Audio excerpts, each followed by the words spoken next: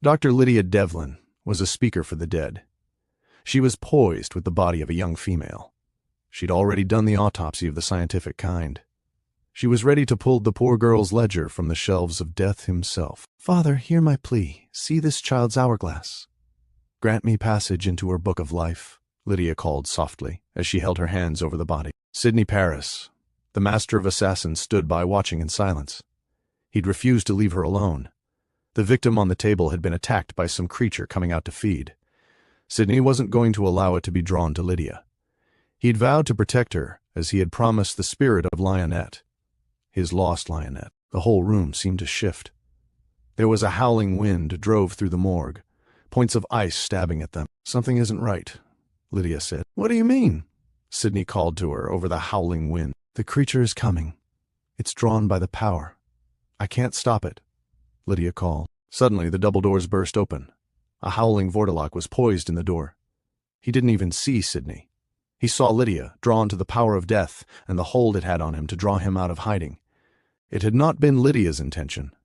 But here was the monster Sidney wanted. Sidney realized quickly it was headed toward his beloved doctor. He wasn't going to allow that. He ran at the creature, tackling it to the hard-tiled floor. It flung Cindy off. He hit the wall of closed morgue drawers hard. It knocked the wind out of him. Lydia had the body of the victim between her and the ghoulish creature. She was moving toward her office where the gun Sidney had given her was. It was racing toward her. It grabbed at her. She barely escaped its claws as she stumbled to the floor out of the way. Sidney pulled his gun from his suit jacket. He fired 2 shots into its back. It turned on him in a rage as Sidney climbed to his feet. He fired 2 more shots into the creature's chests. The bullets were silver. It stumbled. It fell. Sidney walked up to it, put 2 more bullets in his head. He then dropped the clip into his hand.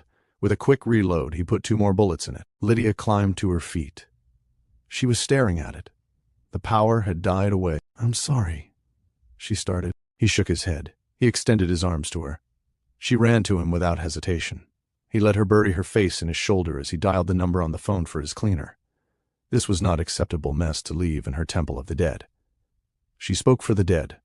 The creature had booby-trapped the body. Someone had tried to harm his Lydia. It would not go unanswered.